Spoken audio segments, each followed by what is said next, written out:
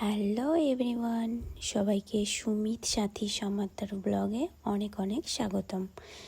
আজকে আমাদের বাড়িতে গণেশ পুজো ছিল, যার জন্য আমি একটু সাজুগুজু করেছি। এই যে হলো আমাদের গণেশ, দেখো কত সুন্দর দেখতে আমাদের গণেশকে। আজকে আমাদের বাড়িতে গণেশ পুজো। আমাদের বাড়িতে প্রত্যেক বছর গণেশ পুজো আমরা করি, যেমনভাবে পারি তেমনভাবে করি। তো এই যে ছোট্ট করে আমরা একটু ঘরের ভেতরে প্যান্ডেল মতো বানিয়েছি। এটা আমি, আমার হাজব্যান্ড আর ওর দুটো বন্ধু, আমরা সবাই মিলে বানিয়েছিলাম। একটু ডেকোরেশনটাও করেছি টুকটাক। তো তোমরা কেমন লাগছে একটু জানিও কমেন্ট করে। তারপর আমাদের ব্রাহ্মণ মশাই এসে গেছিলো, তিনি পুজো দিচ্ছিলেন। তারপর আমরাও পুজোতে বসে গেছিলাম। পুজোতে বসার পর বেশ মন দিয়ে পুজো করছি। আমাদের গণেশটা খুব সুন্দর, দেখো এটা পুরো শ্বেত পাথরের গণেশ। তার মধ্যে আমাদের একটা ছোট্ট বাচ্চা একটু ভিডিও করে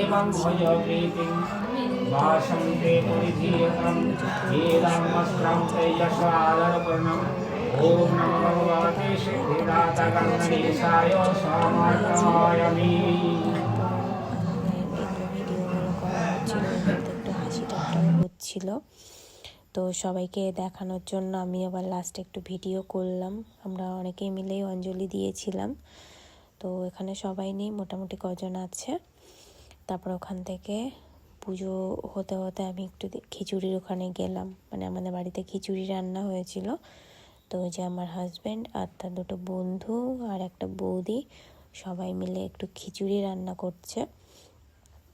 তো আমি গিয়ে মাঝখানে একটু ওদের সাথে কথা বলছিলাম, একটু জ্বালাতন করছিলাম। তারপর ওদের রান্নাবান্নাগুলো একটু দেখলাম, একটু ভিডিও করলাম। তারপর ওখান থেকে চলে আসলাম। এসে আবার আমি নতুন করে মানে পুজোতে আবার বসে পড়েছিলাম। তো তার মধ্যে একটু ভিডিও করে আসলাম ওদের। তার আগে পুজোতে বসার আগে একটু দেখো পোজ দিয়ে দেখছিলাম। তো তারপরে